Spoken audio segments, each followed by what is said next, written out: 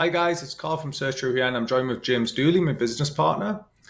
And in today's video, we're going to go through Google Links penalties. So specifically, we've loaded this one up, and we're going to chat through this. So it is the unnatural links penalty from Google. So if you go into Search Console and you happen to see a manual penalty action, and it says specifically unnatural links to your site, and the specific description is Google has detected a pattern of unnatural, artificial, deceptive, or manipulative links pointing to pages on this site. These may be the result of buying links that pass PageRank or are participating in link schemes. And then it has an effect section, which sometimes can affect all pages, which is usually what happens with this type of penalty. But on occasion, it can say it just affects specific pages on your site, but it never tells you what pages they are. But obviously, you very quickly find out. So, Dooley, have you got much experience with this type of penalty? Yeah, obviously we've got a lot of experience. Not from like my own sites being No. into that. It's I wanted to learn quite a lot about what a good quality backlink was in Google's eyes many years ago. I used to just chase traffic and high DR in Ahrefs and think I knew what a good backlink was by using those two metrics. And then I thought it became really advanced when I started throwing into the mix reverse sync or swim, or what some people just call relevance. And thinking, I know now that I do relevant, do follow with traffic, high DR links. I know what I'm doing with backlinks. And the truth of the matter is, there was two big factors that we wasn't looking at, which was trust and toxicity.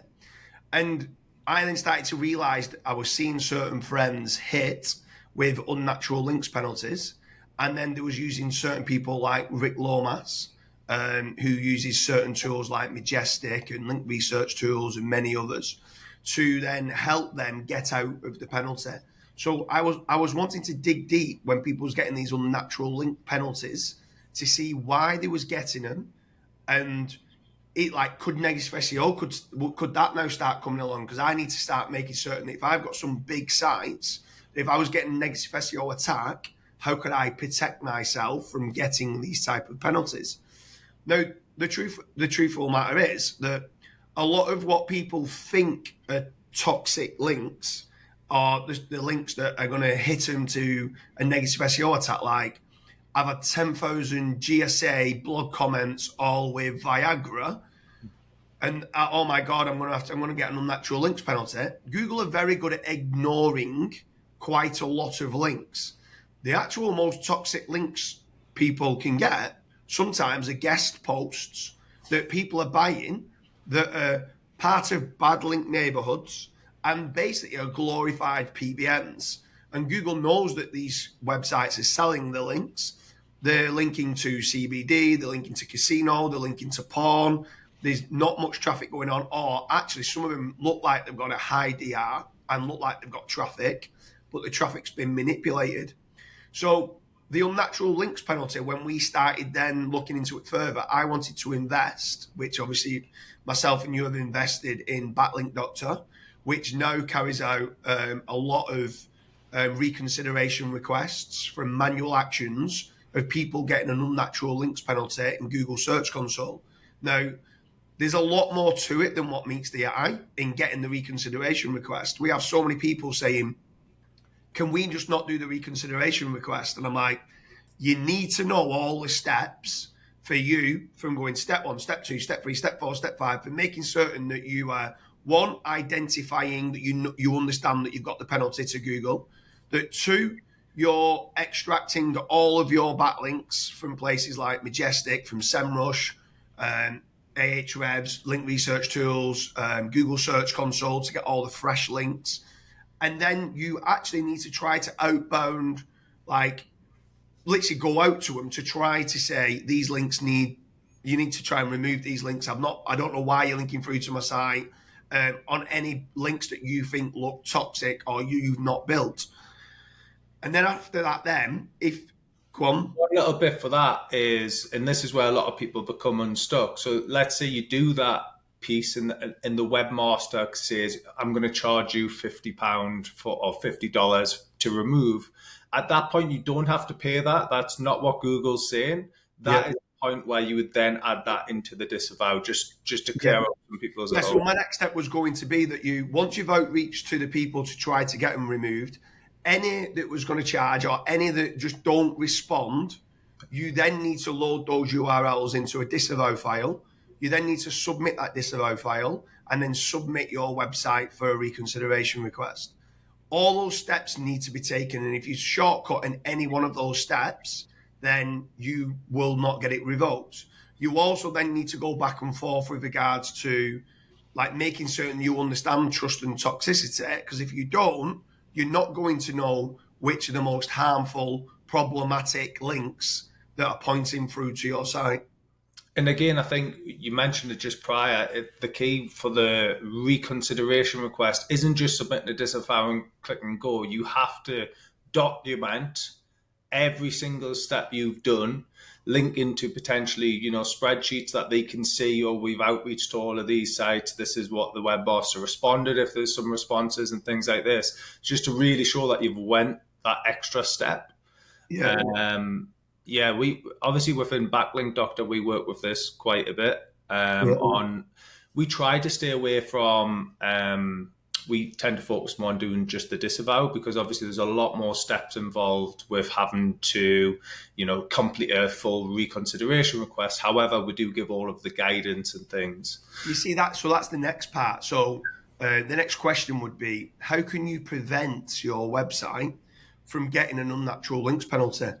And so many people ask us this, like, I didn't know I was going to get it, and they're doing well, and then bam, they fell off a cliff, and they've got the unnatural links penalty, and they're saying, well, how could I have known I was going to get that? And the truth of the matter is, you should be doing proactive disavows. So you should be checking where your toxicity level is at in comparison to your competitors. And if you are the highest in comparison to your competitors, you need to start removing some of the links. Now, that could include removing some of the Viagra and the image scraper links, because they do add to your toxicity threshold of where you're at. But it's not normally those that are the most toxic type of links. Sometimes the PBNs or the guest posts that are part of bad link neighborhoods that might look good on the face of it in Ahrefs, that do get traffic and they are high DR, but they're toxic. And people need to start understanding that, yes, they might give some power, and yes, they might even give some trust, but with every link almost becomes a degree of power, trust, and toxicity. And you've got to try and balance that out in making certain that you're not overstepping the mark with regards to your toxicity thresholds. And they do change from niche to niche, because it is compared, like if you've got a toxicity threshold in gambling, it might be more like 1,750 is being the score. Yeah, if you're a local plumber, the toxicity score might only be 800. So you've got to then work out where that is. And if you don't know how to work that out, you're better just outsourcing it to someone that understands it. It's like if I was doing an extension on my house and I need a roof being done, I'm going to employ a roofer to do my roof. If I need some plumbing works being done, I'm going to employ a plumber. I wouldn't try to start understanding and trying to know how to do it. It took us, and I'd like to think I'm relatively advanced at SEO, and it took us a few years to fully understand exactly what a good link and a backlink was. And I thought I knew what a good link and a backlink was. So it's a tough one for people to try to do, but it's not too expensive to try to get yourself out of it. But proactive disavows, keep your toxicity threshold down. Backlink Doctor will tell you where your toxicity threshold is in comparison to your competitors, and everything can be tracked then end to end. And then you then start to know how much you can get away with digital PR campaigns, with guest posts, with link inserts, whether you need to be trying to get some more. It also does like an anchor text cloud. Can you get more branded anchor text and naked URL anchor text in your backlink profile, which might help along the way? Another thing that what a lot of people do, which you kind of touched on as well, is a lot of people end up stopping link building, but that isn't what the penalty isn't for that. The penalty is saying that there's artificial links going on or manipulative links. So actually what you should be doing is you should go, right, you know what? I am going to try and keep link building, but I'm going to be building links that are maybe the lower tier of the toxicity threshold, or zero toxicity ideally, which will actually help drive my toxicity ratio down, because obviously it's a ratio. So if you have more non-toxic links, it's going to bring that ratio down. And again, although you have a penalty, it will obviously help with that. You still have to get that penalty gone. You still have to do the reconsideration request because it's been manually put on the website. But it will help after that for future proofing the website.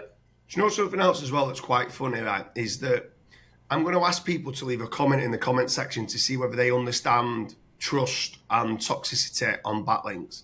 And I also think there'll be a mini backlash where some people say, you don't need to do proactive disavows. I've never had an unnatural links penalty. And there's so many people that are bullish out there that try to throw out conspiracy theories or myths and stuff like that.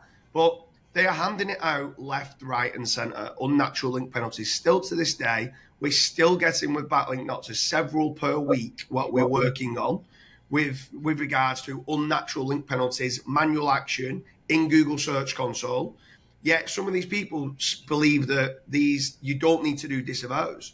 And what I would like to challenge them on is, are they ranking in a difficult market? Are they proactively trying to power up their website to get a higher domain authority to grow up the traffic tiers? And if the best saying that I normally do is, it's only a problem when it's a problem and then it's too late. So these people who are saying, oh, you don't need to do a disavow, their toxicity threshold might be here, and at present they might be there. And you know what? There's been certain people, and you're going to laugh at this, Carl, because you know who I'm on about, who has proactively in conferences said, you do not need to do disavows. And a couple of months later, after they've carried on link building, they've gone above the threshold, been penalised, got the unnatural links penalty, come to us with the tail between the legs saying, we need you to help us. So what I would say is, yes, there's a lot. I'd probably say 95, 98% of sites don't generally get hit with an unnatural links penalty.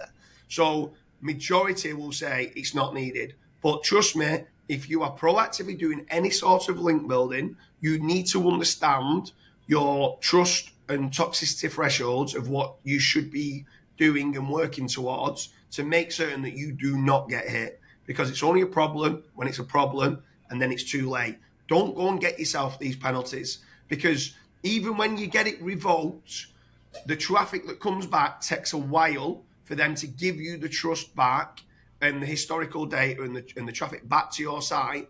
It takes a while to recover, even after you've had the reconsideration revoked. It's definitely the best cure is to try to prevent it happening in the first place. So get the proactive disavows and try not to get the unnatural links penalty, because it's tough. And Google sometimes can take 6 to 12 months to even respond to your reconsideration request.